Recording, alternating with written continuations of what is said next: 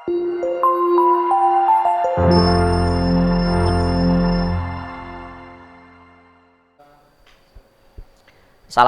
warahmatullahi wabarakatuh. Bismillah, alhamdulillah, sholatu wassalamu ala rasulillah wa ala alihi wa ashabihi wa mawalah amma ba'dah.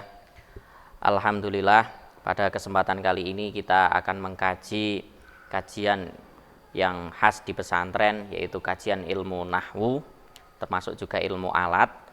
Nah, ilmu nahwu itu sangat penting bagi santri, karena kan ilmu nahwu merupakan ilmu yang harus dikuasai agar sang santri bisa nanti untuk memahami materi-materi yang diajarkan dalam pesantren sendiri. Karena yang namanya di pesantren tidak terlepas dari ilmu nahwu, tidak terlepas dari kitab kuning yang semuanya menggunakan bahasa Arab.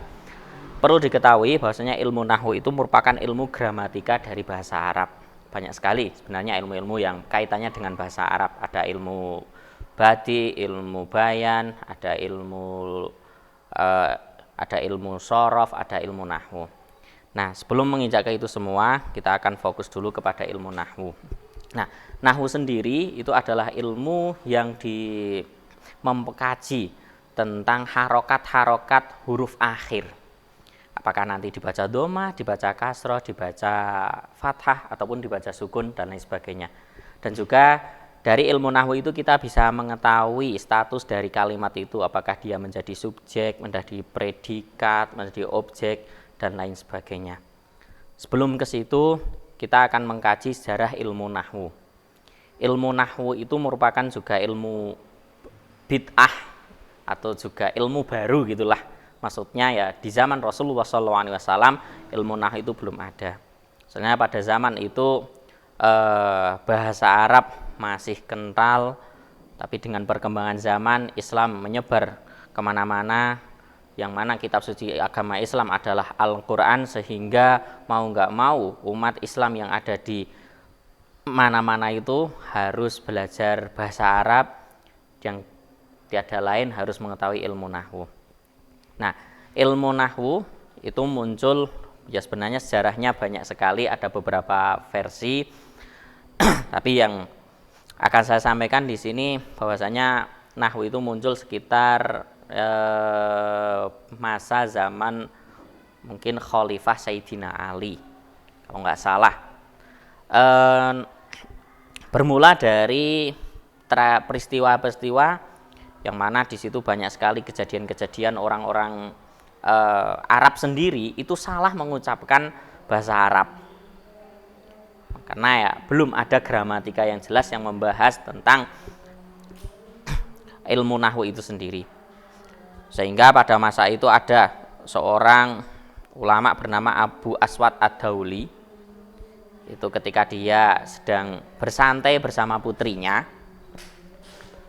Nah, putrinya itu menengok ke atas, melihat langit. Kemudian putrinya itu takjub melihat bintang-bintang di langit yang begitu indah.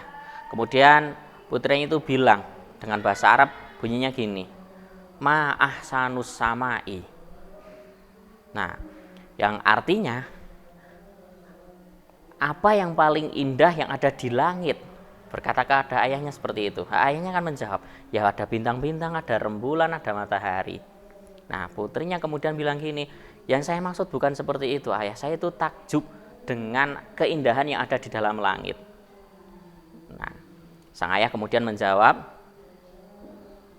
kalau kamu menghendaki perkataan seperti itu, seharusnya kamu ngomongnya bukan ma ahsanus samai, tapi ma ahsanas samai. Nah, itu. Kalau kita nggak tahu harokat, bentuk kita nggak kenal nahwu, kita salah harokat, kita nanti juga akan salah dalam mengartikan. Karena kalau ma ahsanus samai itu mananya apa yang paling indah yang ada di dalam langit. Tapi kalau ma ahsanas samai itu maknanya begitu indah apa-apa yang ada di dalam langit. Bedanya jauh sekali. Kemudian juga ada suatu ketika Abu Aswad Ad-Dauli itu jalan-jalan melihat satu kaum ada yang membaca Al-Quran.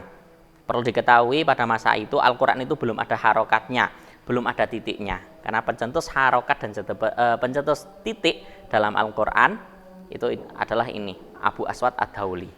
Nah, Abu Aswad Ad-Dauli mendengar ada orang yang membaca surat At-Taubah ayat 3 yang bunyinya innallaha bari'un minal musyrikina.